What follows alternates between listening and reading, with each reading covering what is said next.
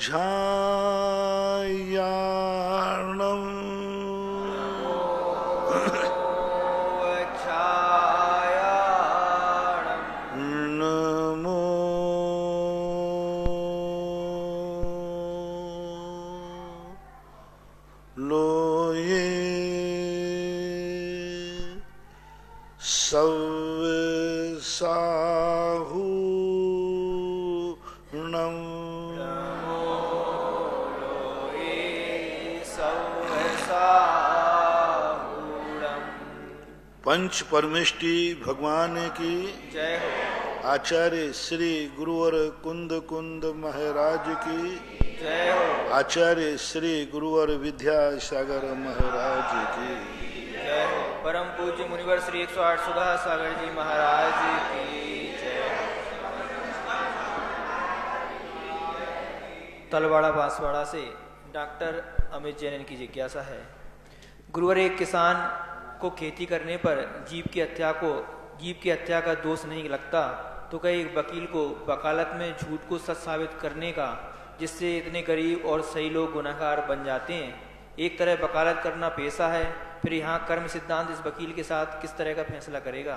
क्या वकालत का देखो एक बहुत अच्छा पेशा है। डॉक्टर, वकालत, ये दो इतने अच्छे पेशे हैं कि ये दूसरे भगवान माने जाते हैं। लेकिन जब भगवान बेईमान हो जाए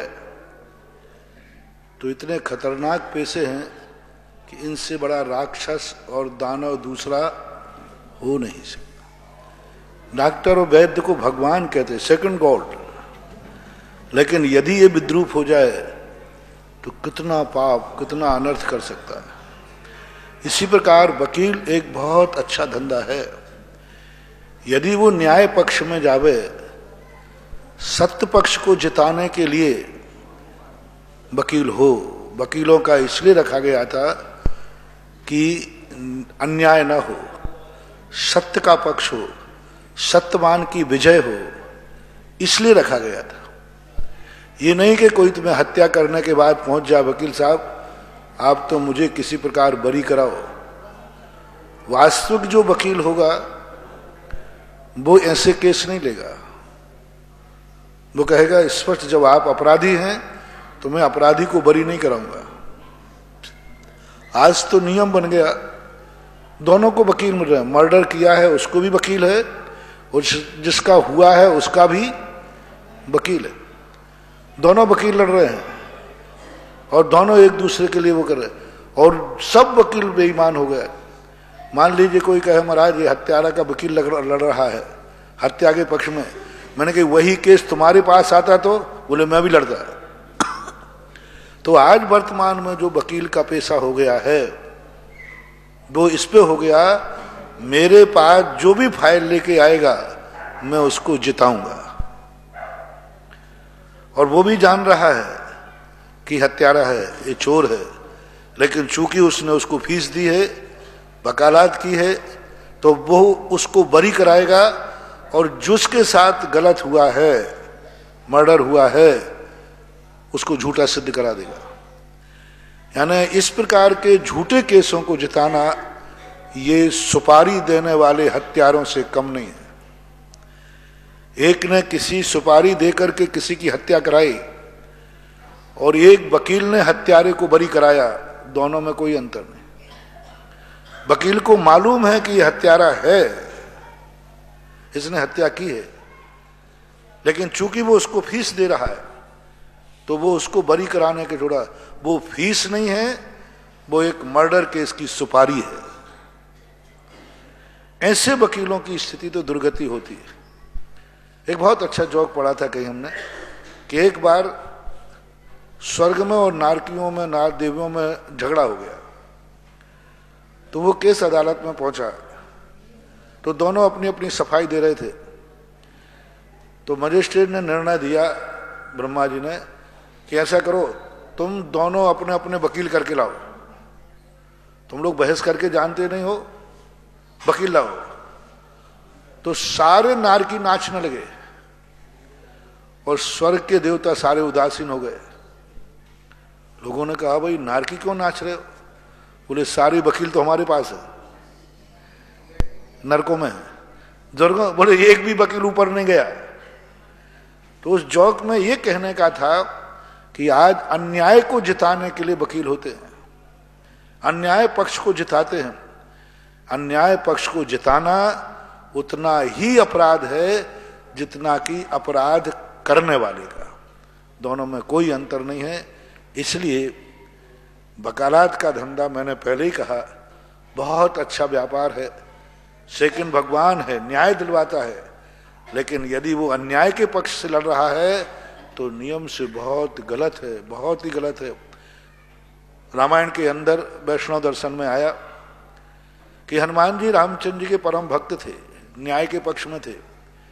जब रामचंद्र जी ने अन्याय का पक्ष लिया, अबोध बालकों के साथ युद्ध करने की ठानी, तब हनुमान जी को अच्छा नहीं लगा।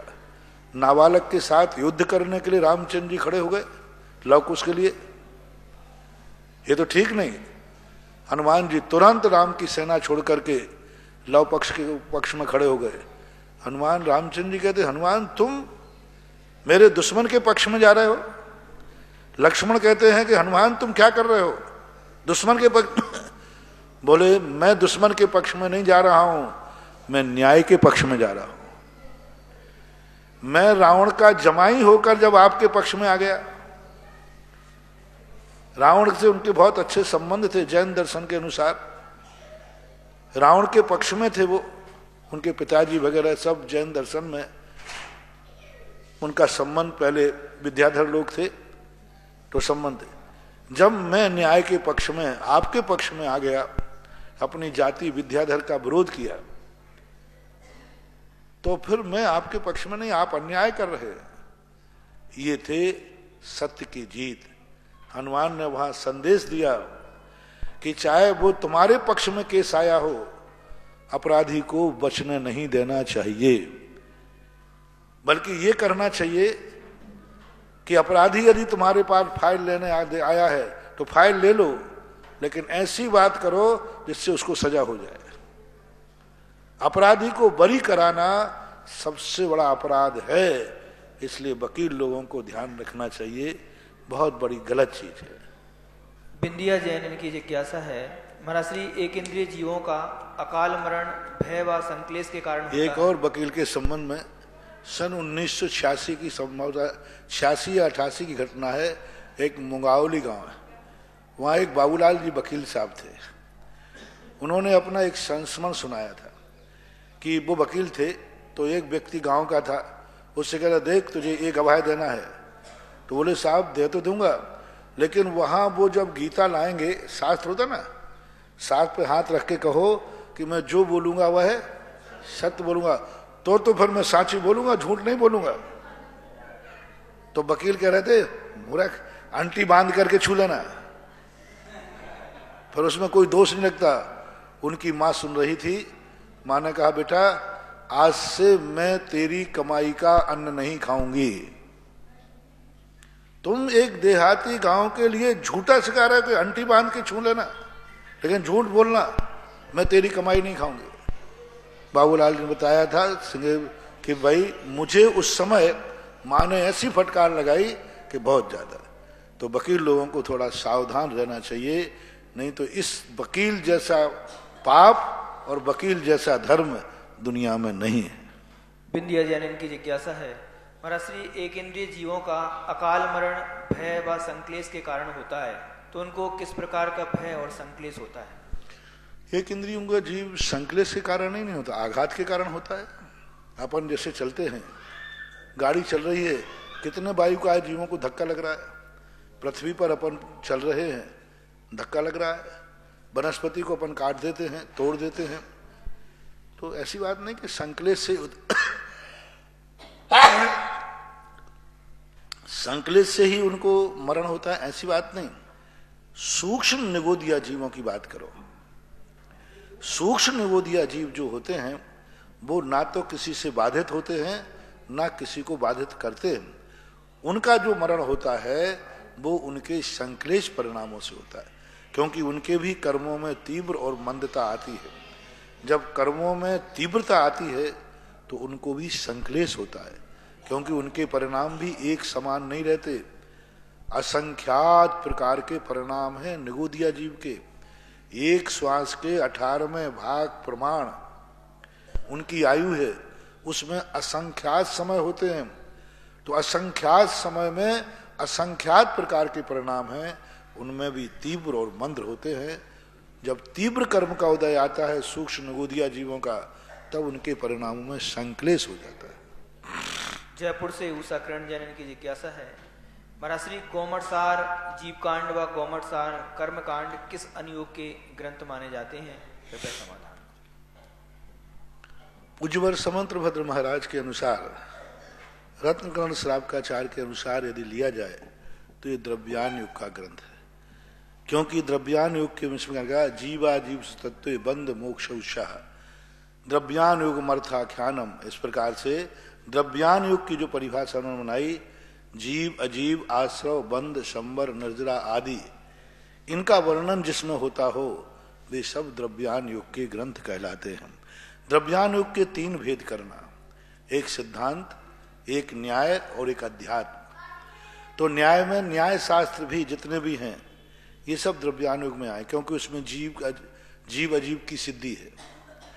सिद्धांत ग्रंथों में कर्म सिद्धांत जितने षटखंडागम, गोमटसार, जीवकांड, ये सब कर्म सिद्धांत रूपी न्याय है। अध्यात्म शास्त्रों में समय सार, पुरुषन सार, पंचास्तिका, द्रव्य संग्रह, परमात्म प्रकाश आदि। तो इस प्रकार से ये सब द्रव्यान योग के ही भेद हैं। कई लोग वर्तमान में इनको कर्णान युग का ग्रंथ मानते हैं। उसका हेतु कुछ पंडवानों ने दिया कि जहां 10 करणों की चर्चा होती है, 10 करण होते हैं कर्म सिद्धांत में, तो उन करणों में संक्रमण आदि, उद्वेलन आदि, ये 10 प्रकार के जो करण जहां होते हैं उन्हें कर्णान युग कहते हैं। लेकिन यह परिभाषा पंडितों की मात कर्ण शब्द से लेकर के है। जैनाचार्य उसको कदापि नहीं मानते कि 10 करण जहां हो वो कर्णान योग हो। वो तो ये कहते हैं लोकालोक विभाग है, 3 लोक का जो विभाग है वो कर्णान योग है। जैसे त्रिलोक परिणति, त्रिलोक सार, जम्बूद्वीप परिणति आदि, ये सब कर्णान युग में जाएंगे। ये जितने कर्म सिद्धांत आदि हैं इन्हें द्रव्यान योग ही मानना चाहिए। महाराज श्री, एक जिज्ञासा है, भारतीय संस्कृति में मिट्टी का बहुत महत्व है, प्रारंभ काल से ही रहा है, और मिट्टी पर भी आचार्य पूज्य आचार्य भगवान ने विश्व प्रसिद्ध मूक माटी महाकाव्य की रचना की है। तो महाराज श्री, माटी यानी मिट्टी से बने बर्तन हमारे स्वास्थ्य तथा संस्कृति के लिए कितने उपयोगिता हैं, और आचार्य जी ने भी इन बर्तनों की उपयोगिता के बारे में बताया है, और इनका नाम अग्नि परीक्षा के नाम से दिया गया है। तो महाराज जी, इन मिट्टी के बर्तनों का इतना क्या लाभ? माटी का एक ऐसा बहुत विचित्र संबंध है, लोग माटी को भूलते जा रहे हैं। एक बार बहुत पहले की घटना है, जब हम लोग पूज्यवर गुरुदेव पपोराजी में थे, आचार्य श्री के मन में सबका भाव आया कि अपन भूशयन करने का अभ्यास करते हैं। पाटा भी छोड़ दिया, चटाई तो लेते ही नहीं थे, पाटे पे भी नहीं बैठना, सीधे जमीन पर ही, वहां के मंदिर हैं, उन मंदिरों में हम लोग जमीन पर ही बैठते थे, 24 घंटे जमीन पर ही लेटते थे। हम लोगों को लेटे हुए बैठे देख करके श्रावक रो पड़ते थे। कि आचार्य महाराज आप लोग जगत पूज्य परमेष्टि होकर जमीन पे लेटे हैं, जमीन पे बैठे हैं। पर आचार्य ने कहा इनकी चिंता नहीं करना, अपन को भूशयन करने का अभ्यास करना है कि अपन जमीन पे बैठेंगे, जमीन पे सोएंगे। 24 घंटे जमीन पे ही रहते थे। मात प्रवचन को जाते थे तब वहां पे स्टेज पे बैठते थे। करीबन ये 2 महीने तक अभ्यास चला। एक डॉक्टर साहब थे, उन्होंने आगे कहा महाराज जी, किसी की आचार्य माने ही नहीं किसी की। उन्होंने कहा महाराज जी आपको कितने दिन मुनि व्रत पालन करना है? तो आचार्य ने कहा जिंदगी भर पालन करना है। बोले नहीं कर पाओगे, आप ये भूशयन करेंगे तो आपको बहुत सारी बीमारी, आपकी पसलियों में छन्नी हो जाएगा। बोले आपकी बात मानूं कि आगम की? आगम में भूशयन लिखा है। तो आचार्य ने कहा भूमि शयन लिखा है मिट्टी में, पत्थर के ऊपर जो देसी पत्थर होते थे, और खास तौर से मिट्टी में भूशयन। तो जहां मिट्टी हो ओरिजिनल उन पे शयन करो। आप तो ये मार्बल पे शयन कर रहे, कोटा स्टोन पे शयन कर रहे, सीमेंट पे शयन कर रहे। ये जो जहां सीमेंट है, चूना है, चूना भी नहीं, उन्होंने कहा सीमेंट, चूना, ये सब चीजें 6 महीने तक ही नहीं हो पाएंगे और पूरे संघ की पसलियां छन्नी हो जाएंगी, टीबी हो जाएगा। क्योंकि ये जो केमिकल्स है, ये जो पत्थर हैं, इनके ऊपर शयन करने का तो नहीं कहा। बोले इन पे तो नहीं कहा, तो आप मिट्टी में शयन कीजिए। पहले लोग कच्चे मकान रहते थे, गोबर से लिपते पुतते थे, मिट्टी से ही पोतते थे, वो नुकसान नहीं है, उससे तो एनर्जी आती है। नेचुरोपैथी में मिट्टी का ही सारा कमाल है। जितनी ज्यादा मिट्टी में लोग रहते हैं उनके शरीर में कोई ऐसी बीमारियां नहीं होती। तो आचार्य ने सबको आदेश दिया कि मुनि व्रत नहीं खोना है, सब लोग पाटा ले लो। तो उस समय आचार्य ऋषि के सामने आचार्य ने कहा देखो मिट्टी का महत्व देखो कितना बड़ा है, और नेचुरोपैथी में तो है ही। दूसरी बात, आचार्य ऋषि ने उसके बाद मूक माटी की बात कही।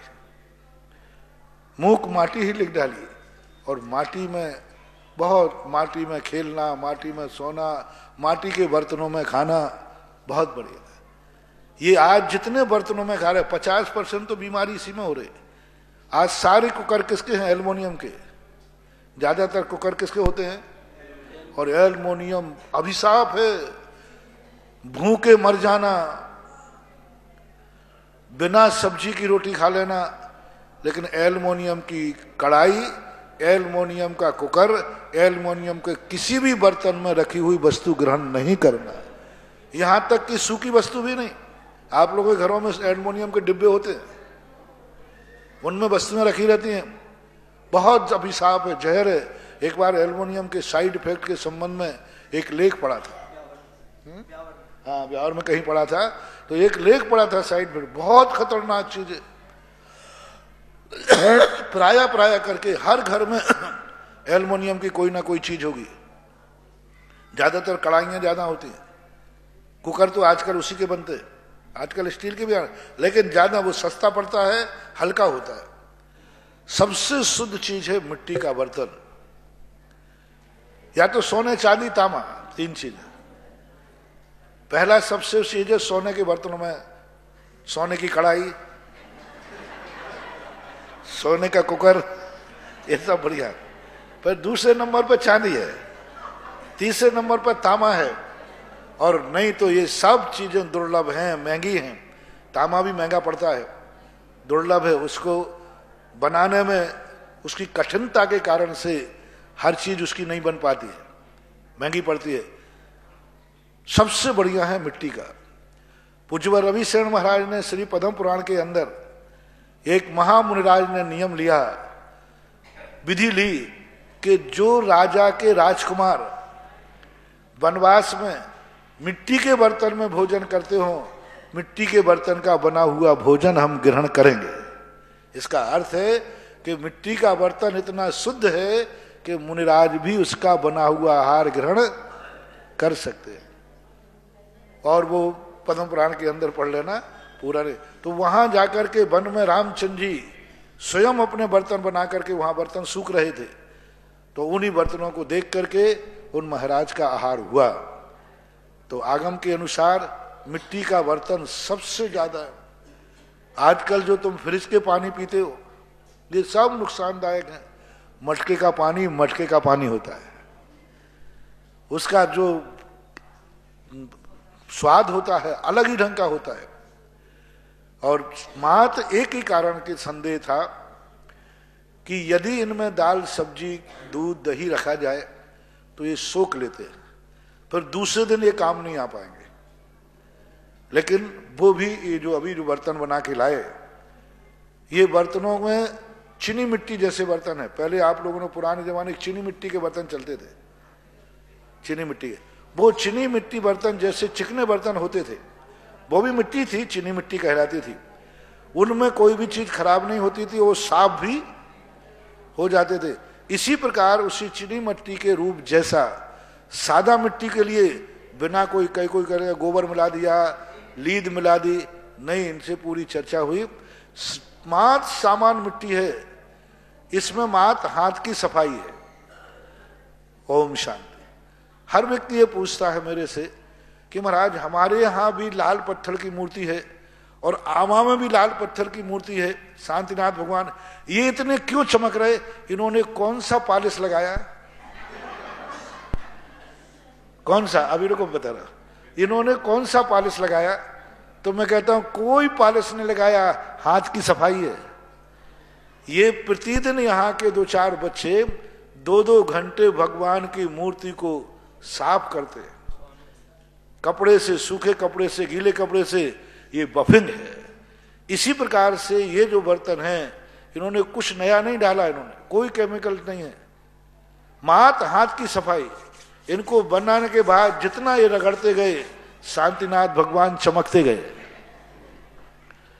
हाँ, क्या चमकते साइन, ऐसा मिनरल पॉलिश भी नहीं हो गया, ऐसा मात्र कुछ नहीं है। ऐसे इन्होंने बताया।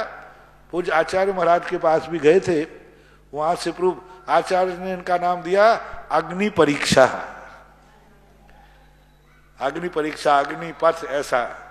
तो ये बहुत पहले ने, अब इनमें सकरे नकरे का कोई दोष नहीं इनसे। जैसे सामान तुम बर्तन साफ करते हो, ऐसे ही राख से, किसी से भी हमने सारी प्रातःकाल इनसे जानकारी ली। फिर मुझे लगा कि यदि इतनी अच्छी चीज दुनिया में बन सकती है तो क्यों ना समाज को इसका उपदेश दे करके और इनको महाबीमारियों से बचाया जाए।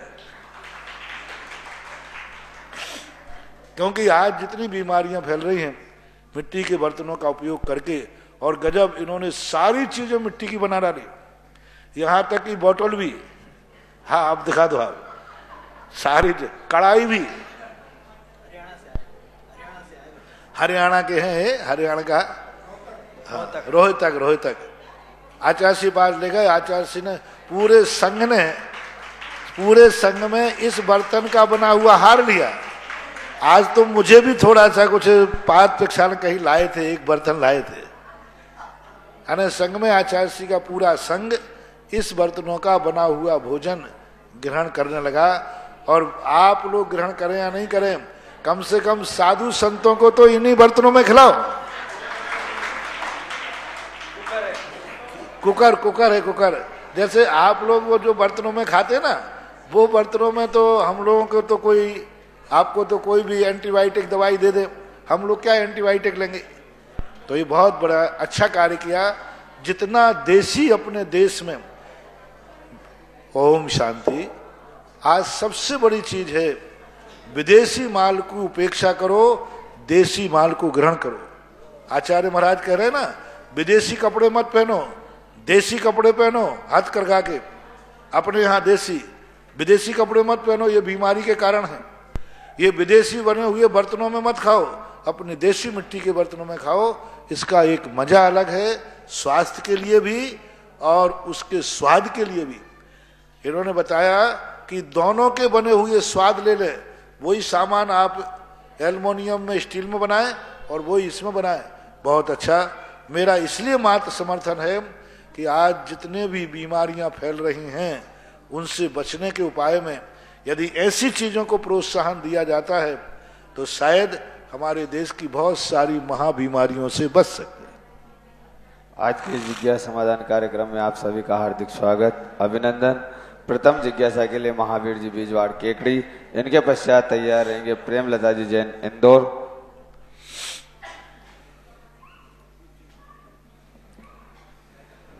जिन्होंने अपनी स्वीकृति स्वर्ण कार्य में दी है।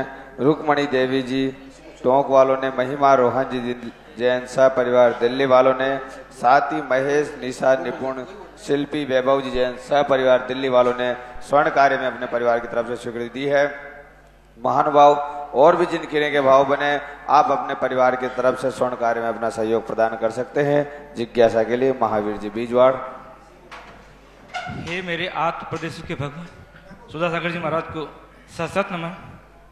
हे महाराज, मेरी जिज्ञासा है कि पंच कल्याण प्रतिष्ठा महोत्सव में सोधर्मेंद्र एवं माता पिता आदि पात्र बनने का फल क्या मिलता महाराज जी? क्या पुण्य मिलता उसका?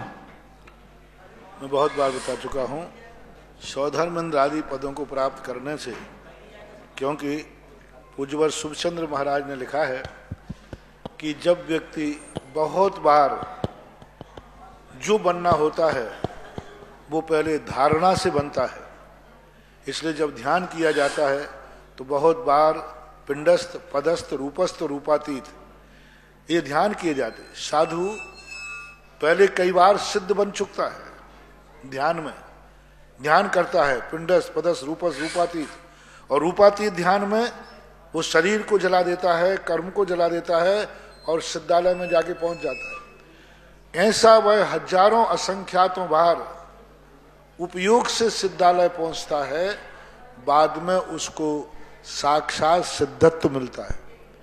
इसी प्रकार से जो स्थापना निक्षेप से सौधर्मेंद्र कुबेर यज्ञनायक आदि बनते हैं स्थापना से, और यही इनकी भावना में यदि प्रबलता रही अंदर से बने, तो एक दिन ये साक्षात सौधर्मेंद्र आदि पदों को भी प्राप्त कर सकते हैं।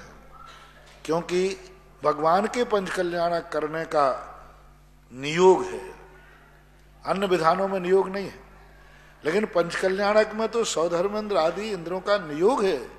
ये इंद्रों के बिना प्रतिष्ठा हो ही नहीं सकती।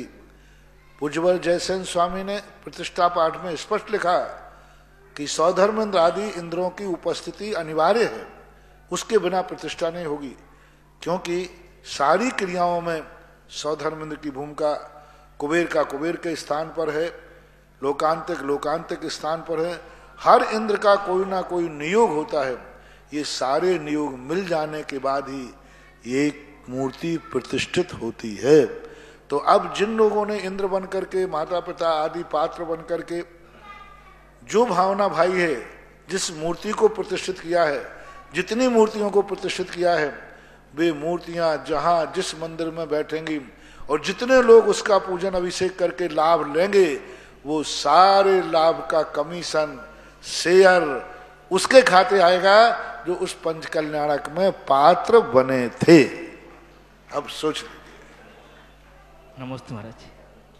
किसी को अगर मिट्टी के बर्तन यहाँ पे अगर चाहिए तो ऑफिस के पास अभी हैं, उपलब्ध हैं, तो अभी थोड़े से हैं, थोड़े से लेके आया हूँ। तो कैसे बनाते हो? आचार्य श्री की असीम संत शिरोमणि गुरु आचार्य विद्यासागर महाराज जी की असीम कृपा से मुझे ये, और आज मुनि श्री सुधा सागर महाराज जी की असीम कृपा से मुझे ये मतलब ऐसा ये सौभाग्य मिला कि मेरे ये बर्तन, मैं तो धन्य हो गया। मेरे को कुछ नहीं जीवन में, अब सब कुछ मुझे उपलब्धि होगी। मैं गुरुदेव के पास पिछले 24 साल से जा रहा था, तो हमारे रोहतक में बड़मे सागर महाराज जी आए थे।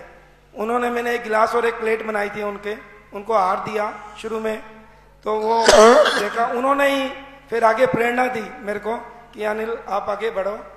तो उन्होंने ही फिर आगे बताया आचार्य श्री के पास जाने के लिए। और आज मुनि श्री सुधा सागर महाराज जी की असीम कृपा इन पे और मुझ पर हुई, मेरा तो पूरा जीवन धन्य हो गया। और ऐसे ही मैं गुरुओं की सेवा में लगा रहूं।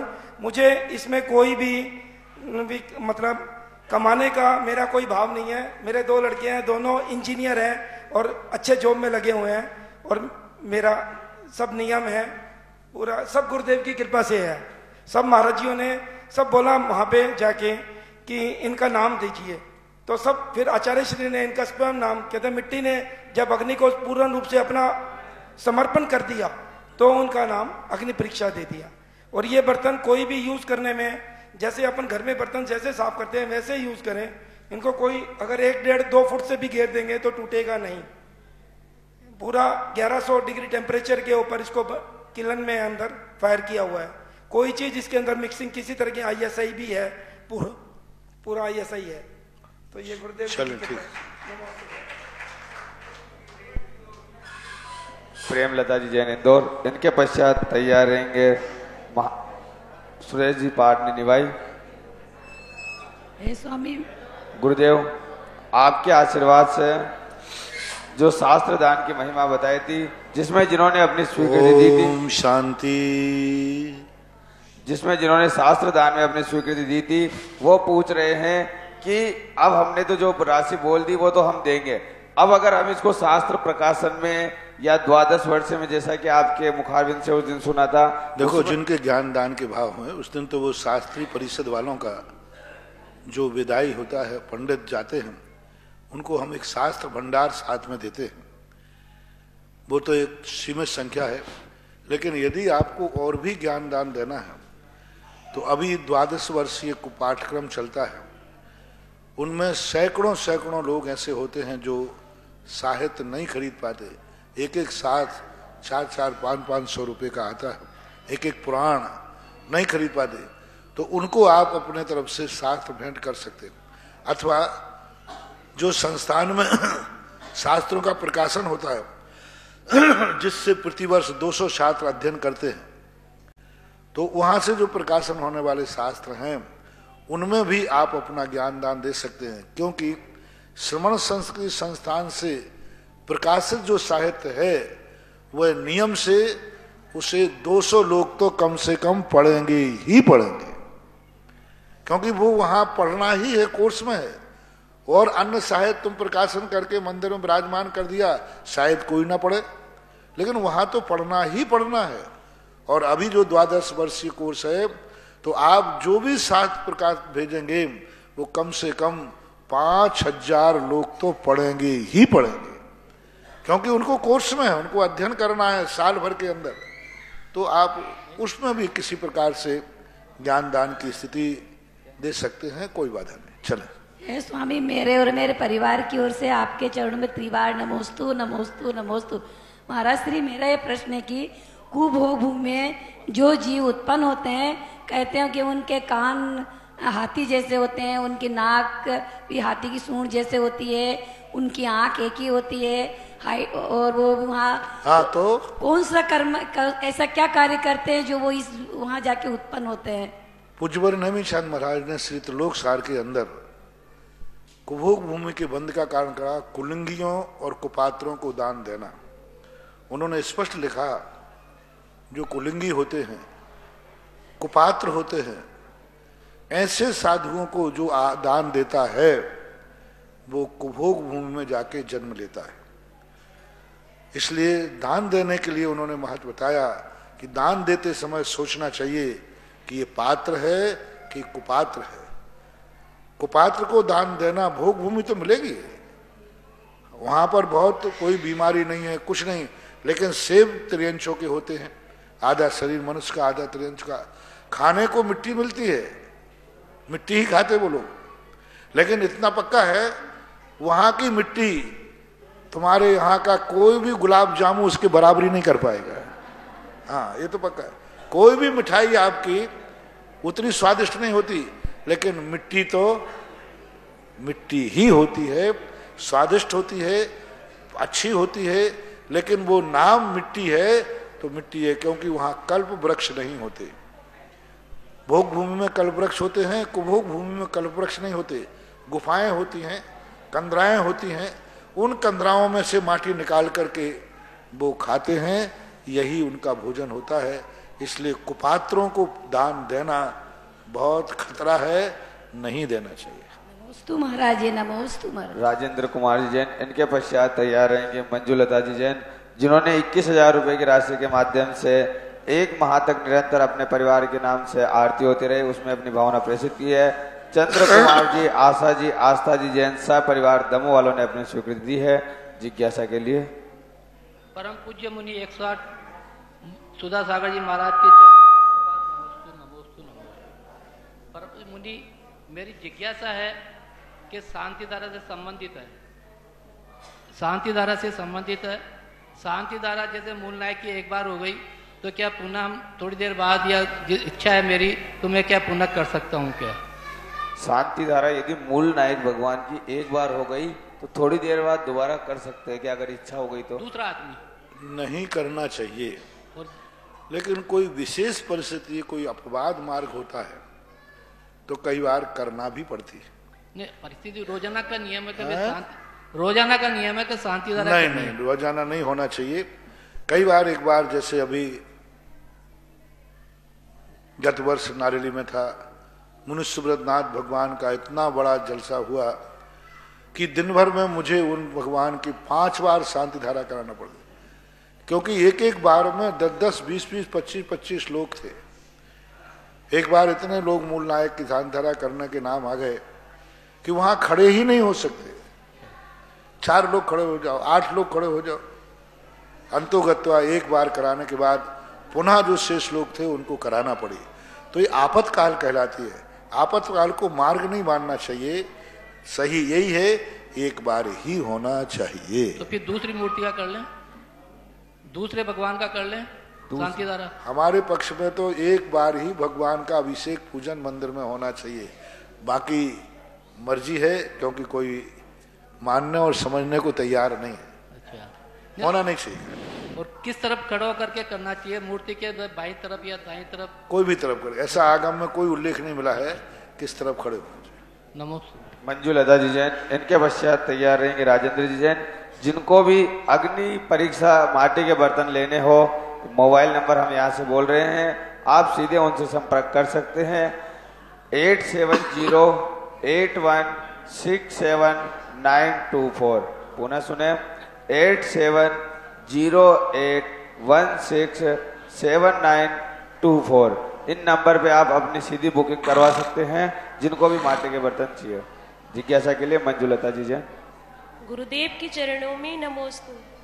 गुरुजी, हमारी जिज्ञासा है कि जब भगवान का जन्म हुआ होगा तो इतने मतलब कलशों से उनका अभिषेक हुआ होगा, तो उनको क्या सर्दी नहीं लगी होगी? जब भगवान का जन्म हुआ होगा और उनका इतने सारे कलशों से अभिषेक हुआ होगा तो उनको सर्दी नहीं लगी? पूज्यवर जिनसेन स्वामी ने और महाकवि आचार्य ज्ञान सागर महाराज ने वीरोदय महाकाव्य में और महापुराण के अंदर उल्लेख आया, ओम शांति। क्या बात है भाई, बार बार क्यों टोकना पड़ रहा है?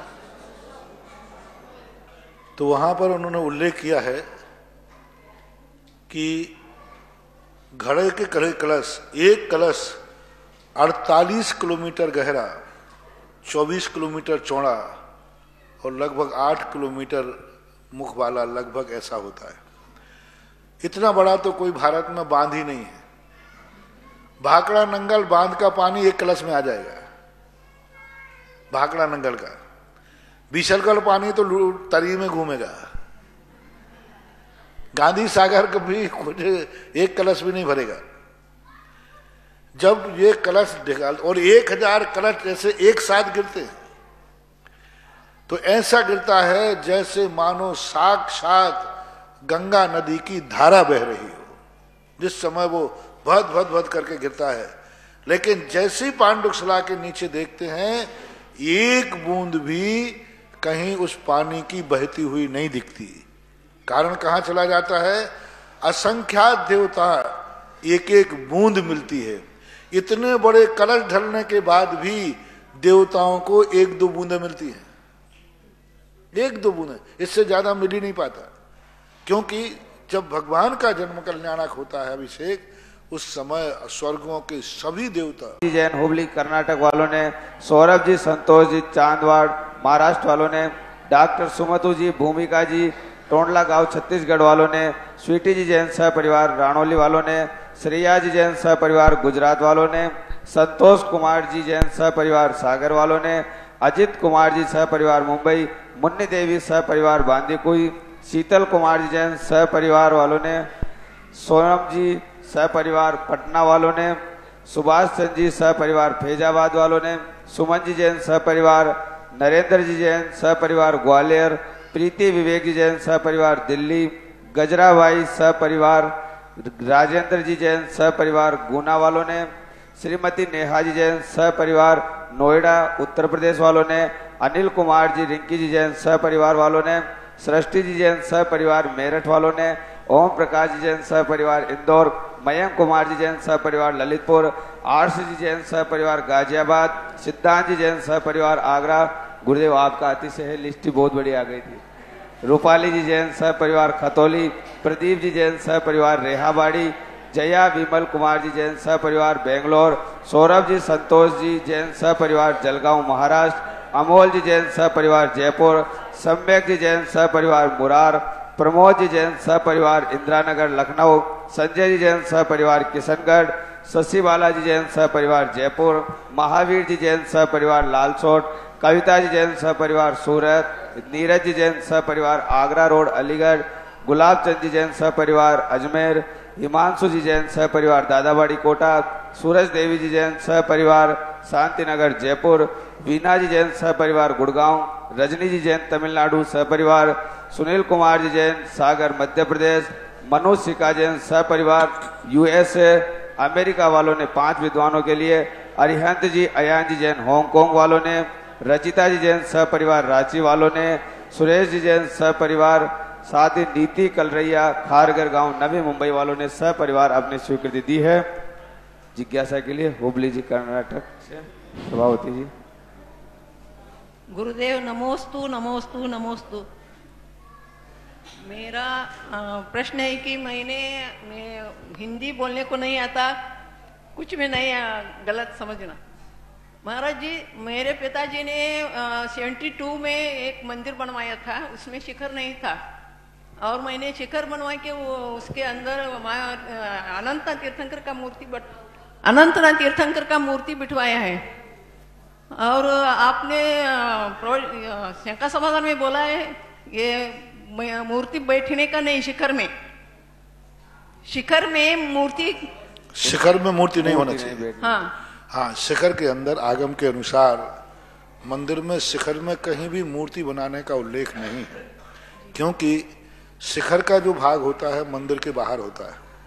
दूसरी बात, शिखर में जो मूर्ति बैठा लोगे तो शिखर की दीवार ठीक मूर्ति के ऊपर आती है, इसलिए उन स्थानों पर मूर्ति की प्रतिष्ठा नष्ट हो जाती है और वो स्थान अन्य विद्या देवी आदियों के स्थान माने जाते हैं। वैष्णव दर्शन में भी तो वहाँ मूर्ति का स्थान है ही नहीं। जैन दर्शन में मंदिर में कहाँ मूर्ति बैठ सकती है, इसका उल्लेख शास्त्रों में स्पष्ट वर्णन है।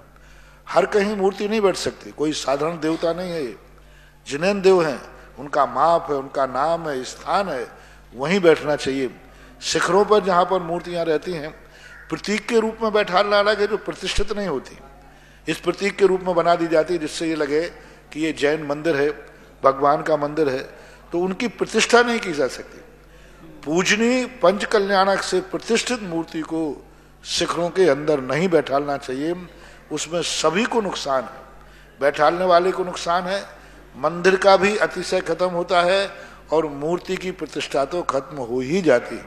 बैठालने वालों को भी नुकसान होता है, उस पर पूजा अर्चना करने वालों को भी नुकसान होता है, सब पर प्रभाव पड़ता है। इसलिए आगम की सहमति शिखर के अंदर मूर्ति बैठालने की है ही नहीं। अब लोग बैठालते हैं, अपनी मर्जी है। गुरु, इसका प्रायश्चित क्या है?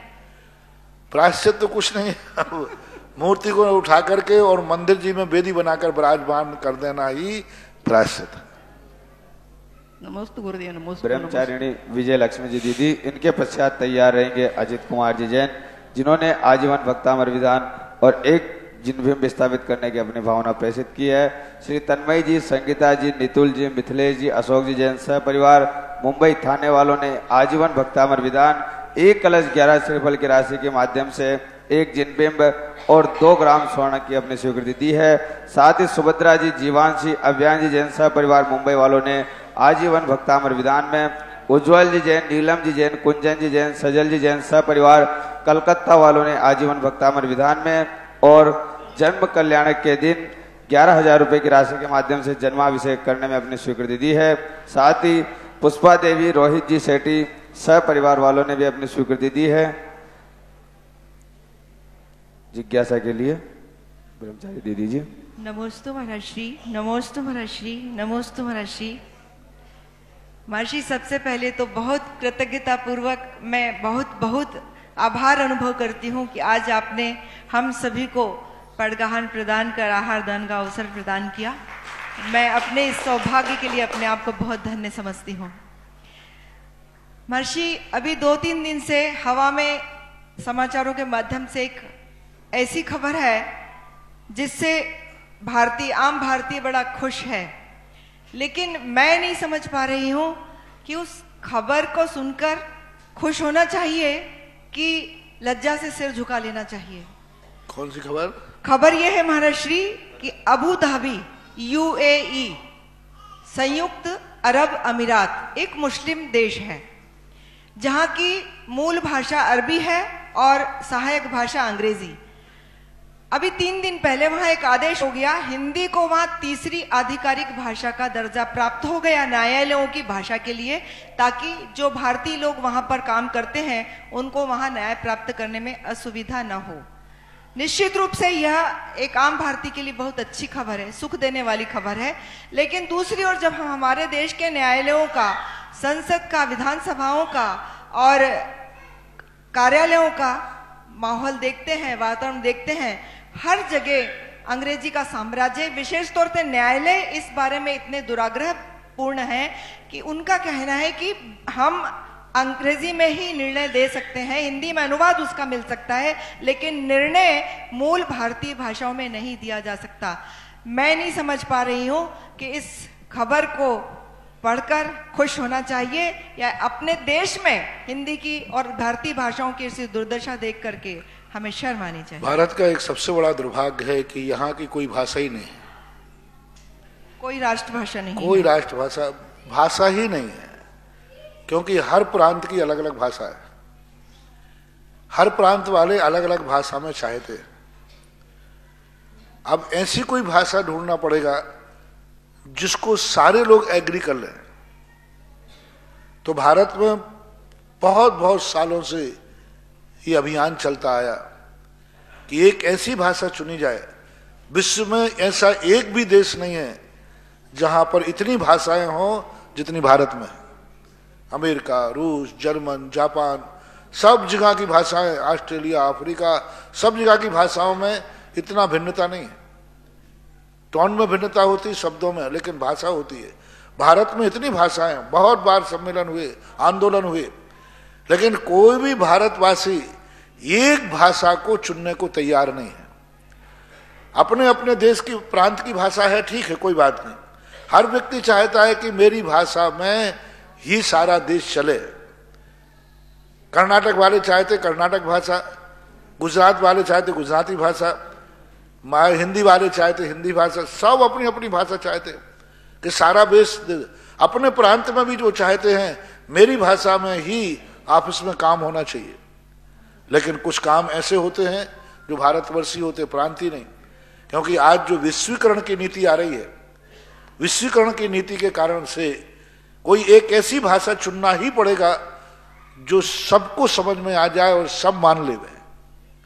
तो भारत देश किसी भी एक भाषा में सहमत नहीं है। हिंदी भाषा को जब राष्ट्रभाषा की बात आती है तब कितने प्रांत आंदोलन करते हैं, विरोध करते हैं, हिंदी को राष्ट्रभाषा नहीं होने दूंगा। बहुत सारे प्रांत करते हैं, सारे जितने भी प्रांत जो दूसरे प्रांत वाले हैं, जबरदस्त विरोध, संसद में विरोध हुआ, हिंदी को राष्ट्रभाषा नहीं होने देंगे। कर्नाटक को करें तो कर्नाटक वाले सारे देश नहीं मानते, बंगाल, कोई भाषा पे आकर सारे भारत की एक सहमति किसी एक भाषा पर हो जाए तो भारत की भाषा एक हो जाएगी। लेकिन ना भारत कभी एक होना है और ना सहमति मिलना है। तो मात्र अंग्रेजी का प्रचार का मूल कारण एक है कि अंग्रेजी हर प्रांत वाला स्वीकार करता है। हर विश्व का एकमात्र भाषा है जो विश्व में सबसे ज्यादा देशों में बोली जाती है, 18 देशों में। ऐसी दुनिया की कोई भाषा नहीं है जो 18 देशों में बोली जाए, कोई भाषा नहीं। अंग्रेजी एक भाषा ऐसी है जो 18 देश उसे स्वीकार करते हैं, यानी अन्य भाषाओं की अपेक्षा इंग्लिश भाषा का साम्राज्य ज्यादा है। और भारत में आप कर्नाटक जाइए, इंग्लिश बोलने में आपत्ति नहीं है, हिंदी बोलने में आपत्ति है। आप मध्य प्रदेश में आइए और राजस्थान में आइए, यहां अंग्रेजी बोलने में किसी को आपत्ति नहीं है, लेकिन कर्नाटक बोलने में आपत्ति है, मराठी बोलने में आपत्ति है। इंग्लिश का स्कूल खुलेगा, इंग्लिश मीडियम का, किसी को आपत्ति नहीं है। और अभी मराठी मीडियम का स्कूल खोला जाए तो, कर्नाटक भाषा का खोला जाए तो सारे लोग विरोध करेंगे। अंग्रेजी मीडियम खोला जाए तो खुलाइए, हमें में खुला है। तो अब करें क्या? लोगों की नीति अंग्रेजी भाषा के प्रति हर व्यक्ति समर्पित हो रहा है। हर व्यक्ति चाह रहा है मेरा बच्चा अंग्रेजी में पढ़े, क्योंकि इसकी भाषा का व्यापकता है। हमारे लिए अकेली मात्र अंग्रेजी को कोसने से, हिंदी की महिमा गाने से हम सफल नहीं होंगे। हमें इसका वीक पॉइंट पकड़ना पड़ेगा, क्या है, क्यों आखिर इतना साधु संत कह रहे हैं, सारी दुनिया कह रही है कि हिंदी भाषा का होना चाहिए, फिर भी हम सफल नहीं हो रहे, फिर भी दिन प्रतिदिन इंग्लिश का मीडियम बढ़ रहा है। अरे इंग्लिश हिंदी मीडियम स्कूल करते ही सारे लड़के भाग जाते हैं। कोई हिंदी मीडियम में, खासतौर से जैनी लोग अपने बच्चों को हिंदी मीडियम में पढ़ाना ही नहीं चाहते। अभी किसी से भी पूछ लीजिए कि आप अपने बच्चे को किस में पढ़ाना चाहेंगे। आमा तो बहुत छोटा गांव है, छेतरमल, पोता को। और तुम्हें इंग्लिश आती है क्या? अब देखो, इनको इंग्लिश का एक शब्द भी नहीं आता, लेकिन पोते को पढ़ाएंगे नहीं, इंग्लिश मीडियम। तो अब लोगों की ऐसी टेंडेंसी बन गई। अब इसके लिए एक ही मात्र हो सकता है कि सारे लोग भारत के मिलकर के एक भाषा नियुक्त करें और उसी भाषा में कोर्ट के निर्णय हो, उसी भाषा में ऑफिस कार्यालय चलें, तो चल सकते। आज अपने अपने प्रांतों की भाषा है तो वो तो चल ही रही है। कर्नाटक में जब कोई फैसला होता है कर्नाटक भाषा में होता है। आज हिंदी वाले हिंदी चाहें तो कोर्ट में कह सकते हैं कि मुझे इंग्लिश समझ में नहीं आती, हिंदी में नोटिस भेजा जाए, तो कोर्ट हिंदी में नोटिस भेज देगा। आप लोग मांग तो करें, कम से कम हिंदी प्रांत वालों से मेरा कहना है, जब आप कोर्ट में जाएं और आपको फैसला इंग्लिश में सुनाया जाए, आप तुरंत कीजिए, साहब मैं इंग्लिश नहीं जानता हूं, हिंदी में दीजिए। कोर्ट को हिंदी में फैसला सुनाना पड़ेगा। इस कार्यक्रम के पुण्यार्चक थे पदम कुमार सीता, राजेंद्र कुमार आशा, हुकम काका, प्रकाश जैन छाया, प्रतीक साक्षी, वैभव वंदिता, हरसोरा परिवार, Dadabari, Kota, Rajasthan. Jainco enterprises private limited 592, welcome tower, Dadabari, Kota, Rajasthan एवं AA क्लास कॉन्ट्रैक्टर्स।